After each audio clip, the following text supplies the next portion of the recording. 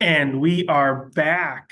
Tyler, it definitely, again, consistent posting. We definitely posted last week. I promise everybody.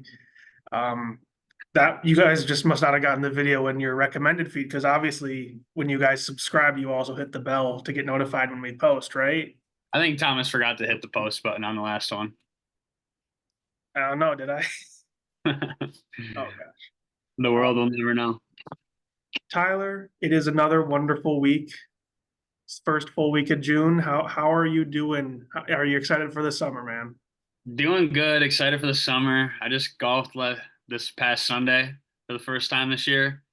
I got some new clubs, so that was pretty fun. And I'm just ready. I'm ready for it to be warm consistently, and get some sun.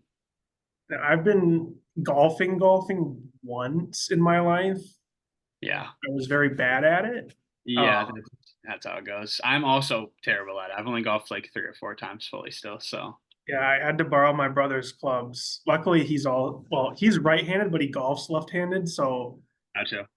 luckily for me, that was good for me since Really, I'm really, left-handed. no one I know is left-handed. So I've golfed with my friends before and just tried to use right-handed clubs, and it's a really bad experience.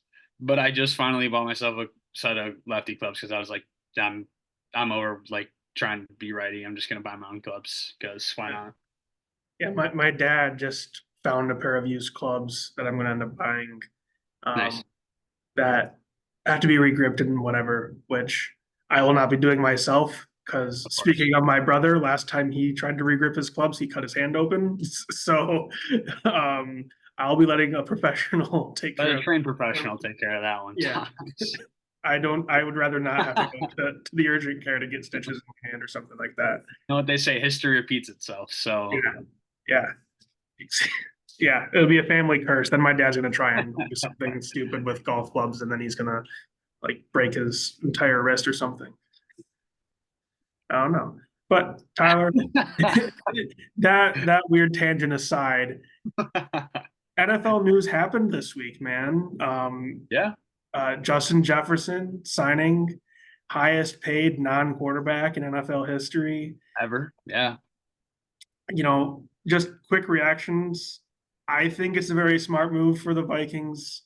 You're locking him up. He's top three wide receiver in the NFL, probably, possibly number one, depending on which wide receivers are really your kind of cup of tea. You Depends can on who you make an ask. Yeah. argument. He's in that conversation definitely. Definitely top three. Yeah. You if you failed to lock him up this offseason, you run every risk of him just leaving, especially if your quarterback situation is not what you are hoping it's going to be with JJ McCarthy and Sam Darnold.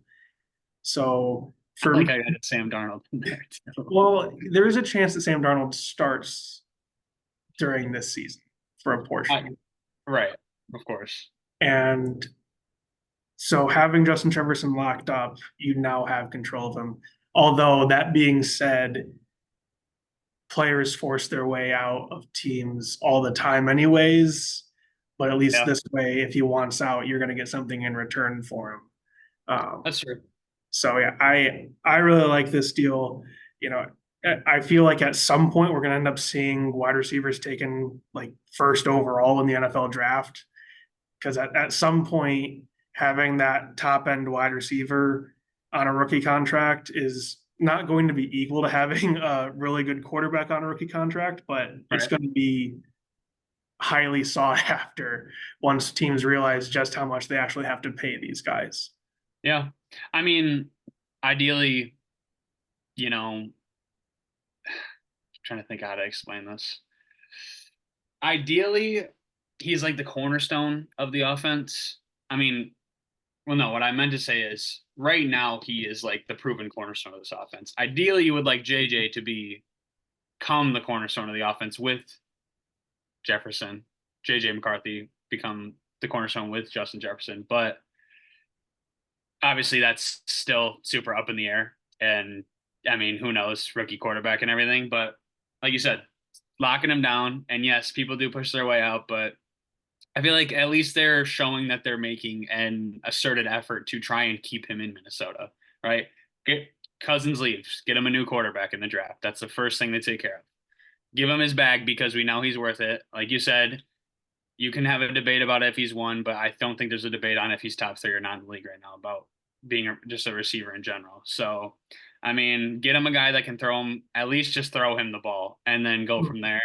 And I think that if JJ has any sense of, or if Justin Jefferson has any sense of like realism, he'll be like okay with like maybe the ups and downs of dealing with a rookie quarterback and dealing with a veteran quarterback starting a couple weeks just so the rookie can get whatever under his belt and just get comfortable, you know. So I don't know. I think it's a good idea on Minnesota's part. These obviously a very valuable asset, and I like the take that you had too with like wide receivers might we might start seeing wide receivers go really early in the draft, and for good reason too, just because some of these dudes are freaks, and like as much as you want to think you can be able to replace them, like they deserve their bag too, you know, whether Yeah. you think they're replaceable or not.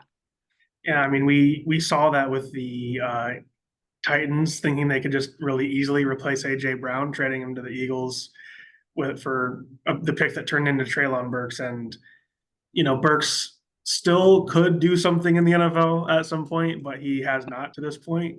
Um, Traylon Burks is just the example thrown around in this podcast all the time. hey, listen, Traylon Burks is a fan of the show. He's a friend of the Oh, show. the funniest part too is when we hopped on the Zoom originally and we were like looking for things to talk about, I was just like on the NFL website looking at latest news, and I saw an article that said Traylon Burks will have to do a lot on special teams or something like that. Like the head coach is saying he has to do a lot of special teams work or something. So that's kind of just like the perfect cherry on top of the whole Traylon Burks reference.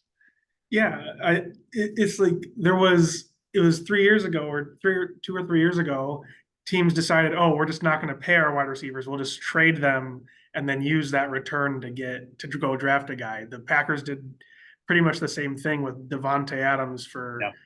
and they drafted what's Christian Watson and Romeo Dobbs. I think it was that very same offseason they did that move. Right. And not anything against Christian Watson or Romeo Dobbs, but I can guarantee you that the Packers would probably rather have Devontae Adams as their wide receiver one than Christian Watson. Yeah. So, yeah, I think we've seen that portion of what the philosophy was for a few years, and now it's Right. shifted. Teams want to pay their guys. They realize now if you have a top flight bona fide number one wide receiver like Alpha, Right. you need to pay him. You Right. can't so easily replace him. Right. And there's, like you said, there's evidence of that now. And like I said earlier, history repeats itself. And to an extent, at least, obviously, like in the NFL, teams will pick up on things that other teams are doing wrong. And I think that we finally hit that point where like it's nice to go in to a draft and gamble on a wide receiver if you already have some solidified receivers around them and you've paid your guys. But it's not a good idea to take your best guy. And usually in these cases, these guys are top 10 receivers in the league still at the time, usually. Obviously they wouldn't, if they weren't, they wouldn't be asking for so much money, but you know, take those guys, get rid of them and be like, well, we'll just hit in the draft. No one ever guaranteed hits in the draft, no matter what kind of talent you have in the draft, obviously. I mean, we've talked about it before, just like it's all a gamble at the end of the day. So stick with your, bona fide like stars rather than trying to take a gamble with some maybe high end, high upside rookie receivers. Especially for the Vikings when McCarthy is on that rookie deal. Darnold's getting paid nothing on by quarterback standards. Right. So you have that cap flexibility since your starting quarterback is getting paid not literally nothing, but in the grand scale of the NFL, he's not getting paid anything at all. Right. It gives them more leeway. It gives them more leverage with certain things. Like, and even honestly gives them like a year gap too. I feel like, because like I said, I don't think they expect JJ to come in and just like be almighty, top five quarterback or whatever, but get his footing and then like they can work with that. And even if they have to, I mean, scrap the idea, I guess, after a year and try and go and get someone else. I don't know. obviously that's all situational. So they've they've given themselves a lot of flexibility for the future to the point where even if Justin Jefferson wants out, like we had mentioned earlier, like they're gonna get something back for him. right, Um, for the Vikings' sake, hopefully that doesn't happen. right, But having him locked up for as long as they do, at obviously resetting the wide receiver market, but yep, by next off season, he's not going to be that highest paid receiver anymore.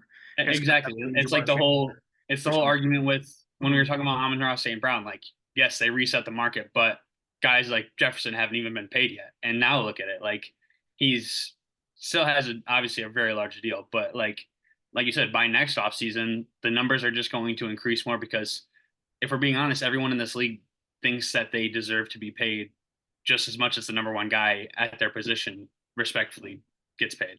So Yeah. it only just increases. And then obviously we see like cap spaces get increased as well too. So that just gives teams more money to dish out in certain areas to different, position groups other than just quarterback.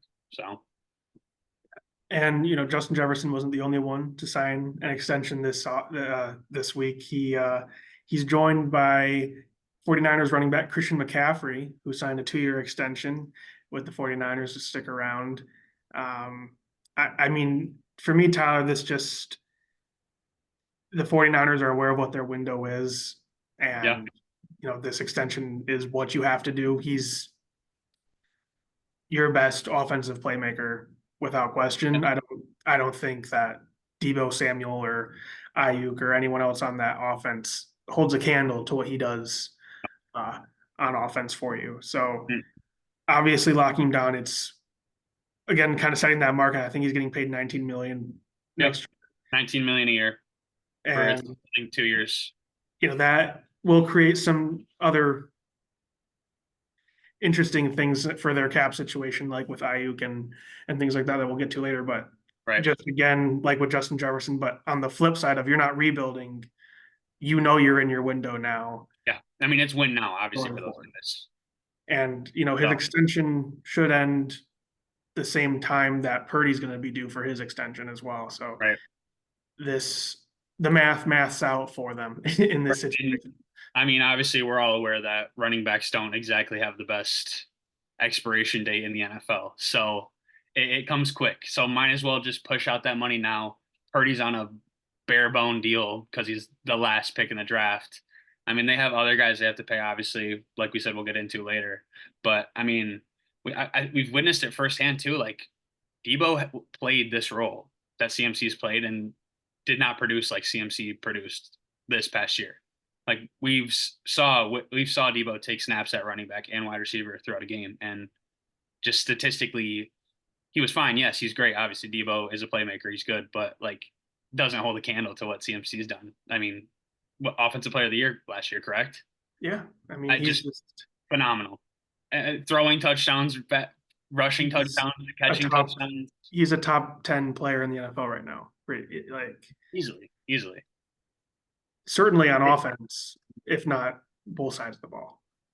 Which I think is nice to see too, especially just because CMC. I mean, he came in and we all witnessed like what he could do, and then obviously he had the injury bug for a while, Carolina, and then he's finally fully healthy for a season, and I mean, pops as expected too, and it's kind of just like you can't even say like I told you so, just because like everyone was like, if the healthy CMC is out there, like he is something else. He's a Yeah, freak. and I don't even really think that you could say, oh, you're limiting yourself by giving a running back that much money because of how much he does in the receiving game, being Right. able to line up as a receiver. Yeah. Just in a lot of ways, it's a very good value for what he actually brings to the table. Like, regardless of what his position says he Right. is so much more than just a running back. And I think that speaks a lot to like Shanahan's like system too. Obviously, like I don't think you put him in a different offense, he produces as much, but like that's just how he Shanahan does things. Like he integrates his running backs in ways that no one else does. Yeah, I mean So and we've seen a lot of running backs have success in Shanahan's scheme, and I don't think that we've seen Shanahan have an elite running back before. Right. And seeing, I mean, it's a running back friendly scheme, obviously. And so then having that elite talent in that already friendly scheme is just world beating for the 49ers in a lot of ways. Yeah. So, I mean, it just only makes sense for them to have made this extension. I think that there are going to be some tough decisions on offense down the line because of it.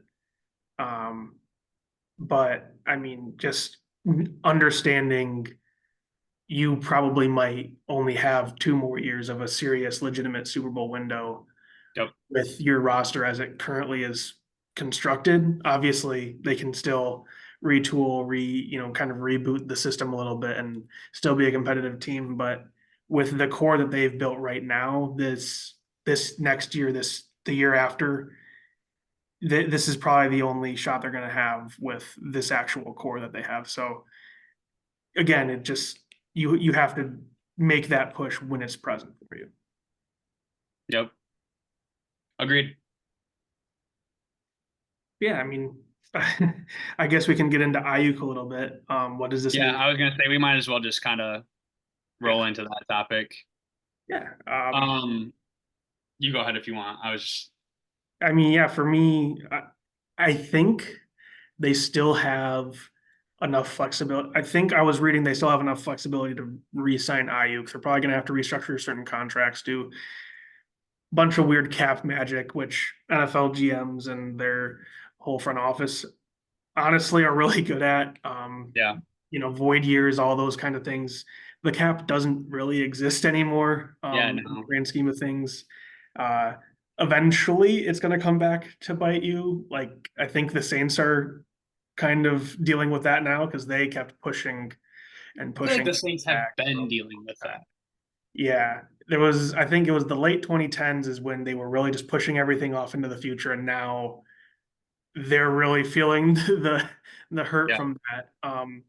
But especially when you're a team that this is your window, pushing it into those next years, you might think, oh, well, in those years we're going to be rebuilding anyways. We're going to have a bunch of young rookies and guys on 1 year deals or whatever. Right. But I think Ayuk has a legitimate reason to want to get paid. Um, like a maybe not top receiver in the same way that Justin Jefferson's getting paid, but still in that like second tier of still a number one caliber receiver, just not the alpha Right. guy contracts. Like he's like an elite number two that could be a one if he was at a different team, essentially. And I just think like when you get to that situation, like the lines become blurred for NFL teams because they don't know what to do. Like that's a whole I feel like that's a whole different like market in itself, right? Like we said, like the market got reset for wide receivers by Justin Jefferson. It's like, okay, for wide receiver ones, but like what about these guys that are could be wide receiver ones on a different team, realistically, but they're not, and they're on our team and they're super elite wide receiver too. Like, what do you pay those guys? You know? Yeah. Mhm. And I I would imagine that they try to get a deal done, get one done for him because it would only assuming that he's going to hold out if he doesn't get one, Right. you need him for next season. If you're going like for as much as you have Debo, you have Christian McCaffrey, you need as many playmakers as you can because injuries happen, all Yeah. these other things go on where you want to have as many great playmakers as you can. Right. If what it takes to get him onto the field next year is an extension, you give him that extension or you trade him for Yeah. another playmaker of some For sort. Because, something. Yeah. like, if you can get him on the field without giving him an extension, I I would venture to say you might want to do that because Yeah. then it's just you can let him walk as much as that might hurt. Understanding, hey, we've got a cap situation to deal with, and just all those interesting, fun maths I that are I just think like ideally for the 49ers, ideally they want him to just come play without an extension because I think that it's too late into the offseason now where they're kind of in between like I don't want to pay him like I just hope he like comes back for the year maybe and then we can just let him walk afterwards and go our separate ways and let him get paid just because like it's getting later into the offseason. The wide receiver market keeps getting reset, which might not like ultimately affect it, but it does because like the market moves up, which means that these guys down here move his up too. baseline moves up to. Yep. So it's like it's so and it's like you said, like these guys are great at working their magic, and I mean maybe they could restructure it where they give him just like some more money this year. I don't know if that's a thing. I don't know. When it comes to contracts and stuff, I know it's really weird and technical. Maybe you could figure out some way to do that just so he's back for the year for sure, and then just kind of cut your ties at the end of the season and just be like, all right, you're going this way, we're going that way. Best of luck to you. But what I was gonna say is like they're in a sticky situation because Jawan Jennings isn't a wide receiver too. Sorry, and I don't know who else is on their wide receiver room, but I think that's the next most notable name in their wide receiver core. So it's With like, experience, they have a rookie on their team. Let me double check his name. This is great preparation on my part for knowing every wide receiver on the San Francisco 49ers. um, what's his name? Ricky Pearsall, right? He's a rookie, oh, I think. that's the guy from Yep, he's the guy from Florida. Florida. Yep. Yeah, So, I don't think you expect him yeah, to Ricky be, He okay, but also like, you don't expect him to step in and be anything great right away, right? Like you're hoping that he can come right, along at like a rookie would, but like to right, your point, like you need an actual wide receiver too. I don't think you expect wide receiver two production out of Ricky Pierce all year one. If right, you did, he would have been drafted in the top 16 picks this year. right, So exactly. yeah, So you if Ayuk's gone, then you have Debo, and then you have two wide receiver threes essentially with Jawan Jennings and Ricky Pearsall. And it's like ideally, I mean, yes, obviously we just talked about how CMC is great as a receiver. You can line him up. Like, also not a wide receiver too. He plays running back. So it's just I don't know. It's a lot. And it's I don't know.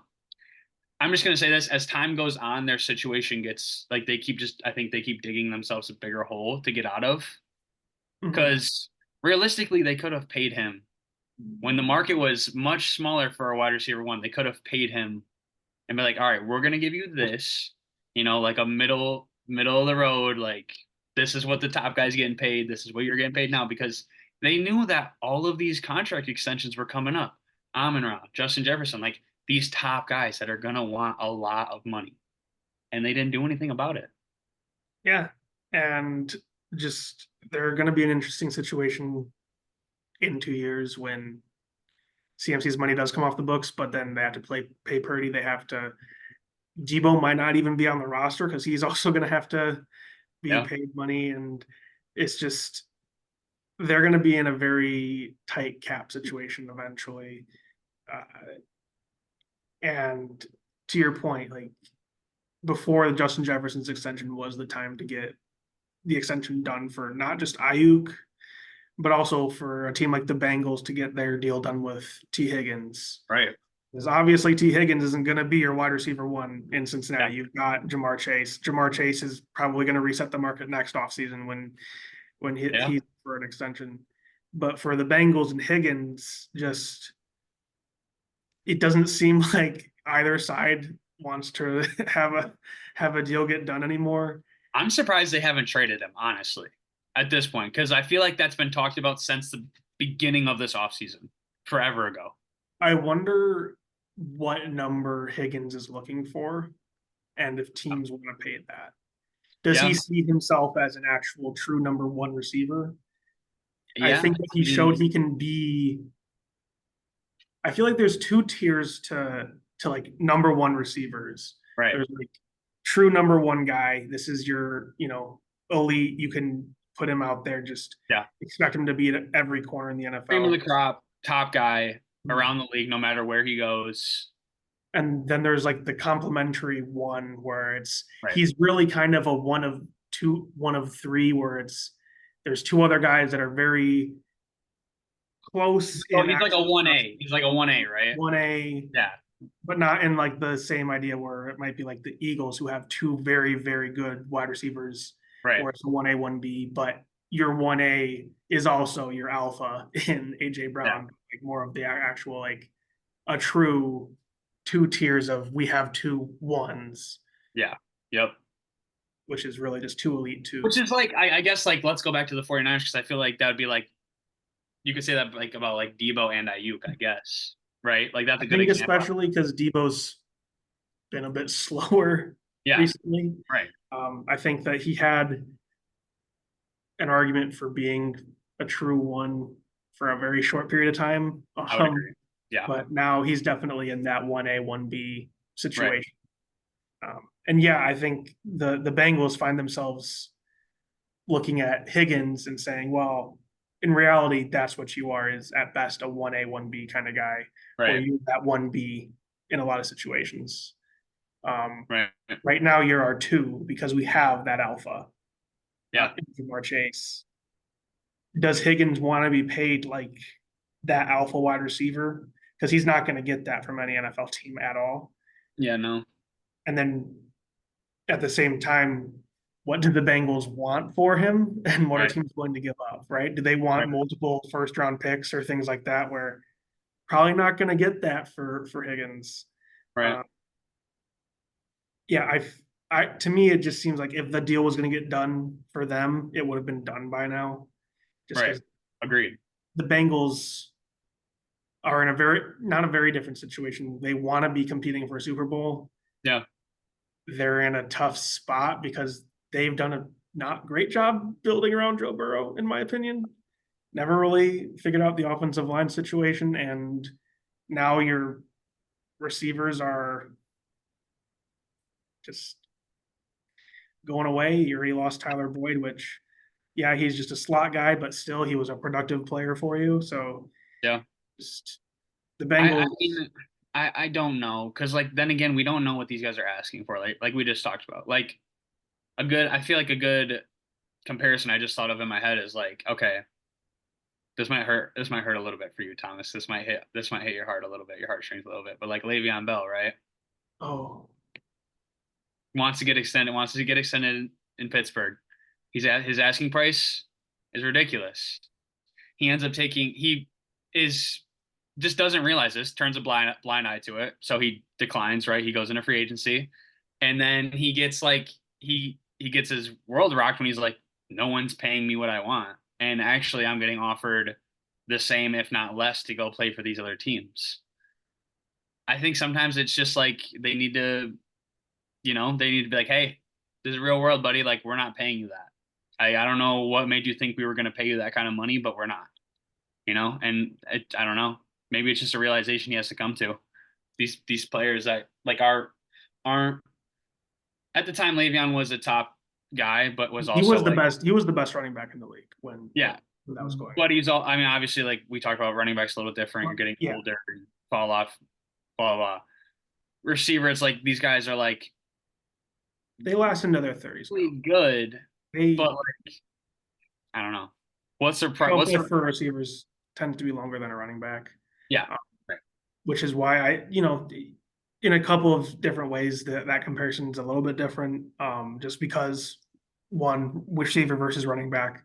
I Right. also think that the thing with Le'Veon was he wanted more guaranteed money, Gotcha. which the Steelers were not willing to offer him. He didn't get paid as much as the Steelers offered him on the open market, but Right. That's what I thought. I think he got the guaranteed that he was looking for at least. Gotcha. Okay. But to your point, though, Higgins obviously wants a certain amount that he's just probably not going to get. Yeah. Um, and for the Bengals, what are you doing at receiver? What are you doing at all? Like, Yeah. You need Yeah, I guess playmakers for good Joe point. Burrow, and I just Are I you? don't think they've done enough to build a Super Bowl team for him, especially in the division they're in. Yeah, I think their window opened and closed, honestly, just Yeah, because they're and especially the division they're in too. I mean, we've talked about this. The AFC North is ridiculous. yeah. Yeah, I mean, Jamar Chase, T. Higgins, Jermaine Burton, and Trenton Irwin are their top four receivers. Yeah, it's So, not great. Although shout out Rocky Lombardi for being QB number 4 on the Bengals. let's go. Shout out Rocky Lombardi, real ones now. My God. But no, yeah, like erase Higgins from that equation, and No, that's not it's that a is night. not effective offense. It's a nightmare to eliminate from him from that. So yeah, Alongside Zach Moss as an RB1 too, like yeah, which he had a fine year last year, but let's be honest, he's not producing enough where you can be depleted at receiver. yeah. No, he. Yeah, I don't know what they're doing, why they're doing it. 2 years ago, I would have told you, oh, the Bengals are going to be one of those teams that's just perennially competing for a Super Bowl over the Right. next Yeah. 5, 10 years. I would have said the exact same thing too. I can't anymore, right? No, Like I at don't this even know if point, we're gonna make the playoffs next year, dude. yeah, at this point, I'm like, I don't think they're going to win the division. I don't think they're going to. I don't know if they're going to get a wild card spot. Because don't get me wrong, Joe Burrow's a phenomenal quarterback. Yeah, he It's is. just like he can't do everything himself. He He's has he's not Mahomes, right, right? and He's not able to do a on lot of top stuff of with him three. not having weapons, he's also a little injury prone too. So it's like he goes down and you guys are literally screwed. There's nothing you have anymore. Yeah. And, I think just to wrap up the wide receivers that we wanted to talk about, there's also CeeDee Lamb with the Yeah, Cowboys. which I don't if we're imagine I don't imagine he gets a he's a contract better than he's Justin a market Jefferson. resetter. We can label him that. He's a market resetter. Like You he think is so? he is uh, I don't know if CD's top three in the league in my opinion, but I think he's a top five wide receiver in the league. And I think I that just does him enough justice to where he can say, I want to be the highest paid wide receiver, especially when he's playing for the Dallas Cowboys, America's team. I'll put that in quotes because I just wonder legitimately if I'm a GM, do I not just say, are you really equal to Justin Jefferson as a wide receiver? I'm Uh, telling you, I think there's arguments to be made. I'm not saying I think CD Lamb's better than Justin Jefferson, but I think there's an argument that could be made that he deserves to be paid the same, if not more. Especially because, like, if we're being realistic, wide receivers are the divas no, of the yeah, NFL. I know They are like, it's oh, it's all me, it's me, it's me. That's all they care about is themselves. and So I know how it works. I know that the guy who's not actually the best in the league is going to get paid the most money. yeah, That's how it always ends up happening. It's just like I know you have to pay CeeDee Lamb. I know he's a very good wide receiver. I know he's a wide receiver one. I know he's a true number one. yeah, I just the Cowboys are another team that is just like what contracts are you going to end up dealing with at some yeah, point? Because you got to also pay Dak eventually, assuming you yeah. want to pay Dak, You really which want to pay Dak? Oh, that's the question that should be asked: is do you really want to pay Dak? I think that if you can get Dak on a Daniel Jones contract, That's still a bad contract too. but okay, But not for Dak. But not for Dak. consider like that money for Dak. For Dak, yes, I get what you're saying. Like obviously, still a lot of money, but it's not Right. top 5 quarterback money anymore. Like, that's a good contract for Dak Prescott if I've ever seen it. I think that's a perfect contract for Dak Prescott. Is that what he's gonna want? No, No, he's gonna want way more than that. but if I'm the Cowboys, that's my first offer to him. I think this is like going back to CD. I think this is what it boils down to, and not even just CD, and just in general when it comes to like resetting the markets for these players. It's just like I think you have to sit down and you say, is this guy our guy? Do we want this guy here? And then if the answer is yes, you pay the. He might not be the number one wide receiver. He might not be the person to reset the market, but if he's your guy, I think that adds a little bit. I think that adds enough to where you're like, all right, we have to do this for him. We want to show him he's our guy. He wants this. He's in talks of being rightfully in this position. Like we have to give him his money. Now, Dak Prescott, that's a different story, like we just talked about. I Yeah, think I think the idea you presented is great, but when it comes to CD, if there's even remotely a little bit of debate, and this guy is your guy, and you want him to stay with your team, you have to do it. It just has to be done. I think. it's so weird to think that like 5 years ago, the highest paid quarterbacks were making like $30 million a year, Yeah, and now they're getting paid in the 50s, yeah, and all the other positions are getting their top guys into the 30s now. yeah. That's a great testament to how much the league has continued to grow, even though it's already been the largest sports league in the US. Is Right. just really interesting to see how much it's continued to still. Um, and I just want to wrap it up with your favorite quarterback, Tua Tagovailoa, and how you want him to get paid. You want him to reset the market Yeah, for quarterbacks that's with my guy too. elite arm strength, and I'm into a non. I'm into a non. you are into none. Oh my. Talk about another guy who's perfect for a Daniel Jones type contract. Yes, yes, 100%. Like, again, as much as we might bash Tua, he's not bad by any No, means. Like he's a fine, good starting quarterback. I think you can win with Tua, right, but yes.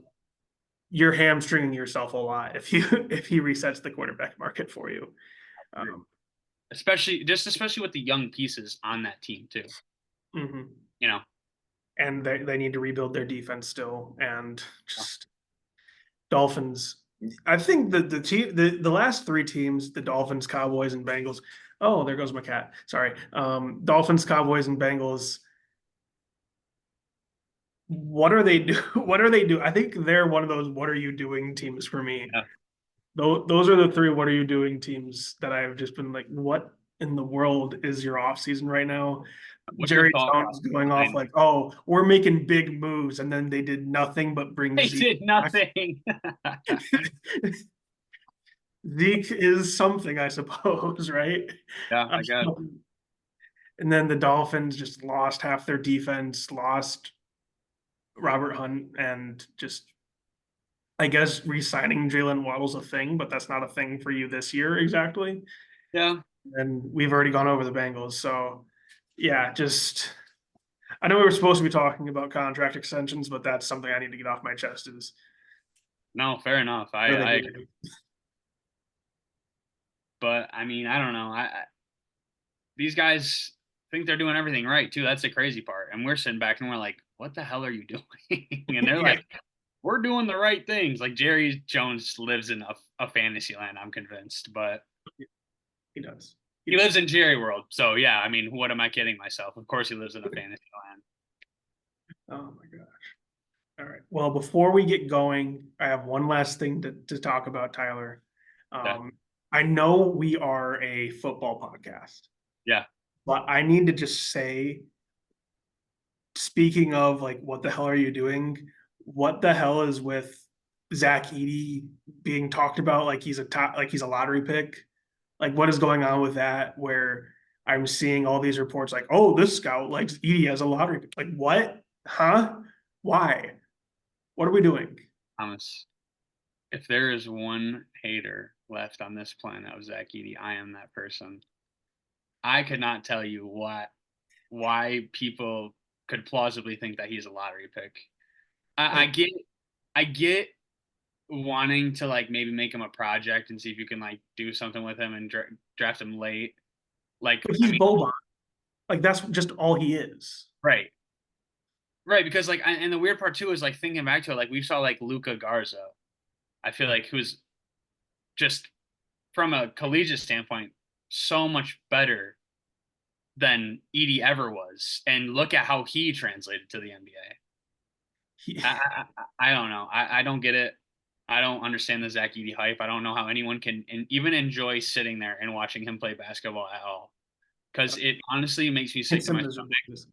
Although half the time watching Big Ten basketball is a miserable existence, Yeah, anyways. Big Ten basketball doesn't help. But if I had to sit there and just watch Zach Edey highlights, I would be sick to my stomach for the rest of the night. It would be nothing but him posting up against a guy who's like 6'2". So Exactly. It'd be him posting up mismatches off a screen and switch. or elbowing a guy in the face to get a dunk. Yeah, that's pretty much. Exactly. Or it'd be just him shooting free throws because he gets every call known to man because he's tall, I guess. All right. Oh, Yeah. go Maps. I'll add that too. Big Oh, Luka. yeah. There's the NBA Finals too. Yeah, I don't think there's a single person on earth rooting for the Celtics. Right, unless you're from Boston, but yeah. Yeah, I kind of would like I would like to see the little like Kyrie revenge. I guess yeah. not really it's not No, really revenge. if It's they like win, I will come on the podcast and say the Earth is flat. yeah. All right, yeah, too. I'll do it too. I'll do it. We'll become a flat Earth football podcast. Yeah. Yep. Sounds good. All All right. right. Cool. Well, Tyler, I think that's all we have for today. You everyone at home, oh my gosh, thank you for watching. If you made it this far, be sure to like, comment, subscribe. Getting on Apple Podcasts is still a work in progress. I do apologize, Tyler. I'm trying to figure out how to get the logo Oh, figured out. I know you're working on it. It's fine. It's okay. We can just keep doing what we've been doing for now. Shout out Canva, but this is kind of Canva's fault. Yeah, thanks. All right. Well, everyone, thank you so much, and we'll see you in the next one. Adios. Peace.